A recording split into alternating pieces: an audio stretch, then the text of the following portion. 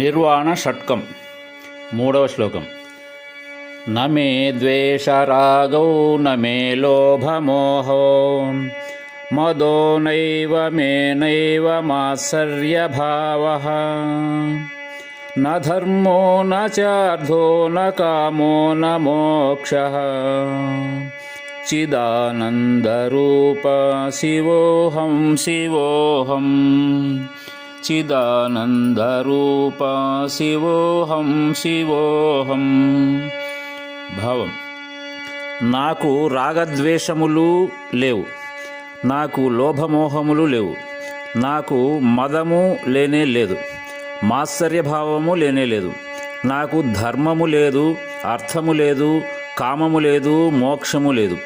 జ్ఞానానంద రూపుడనైన శివుడను నేను శివుడను.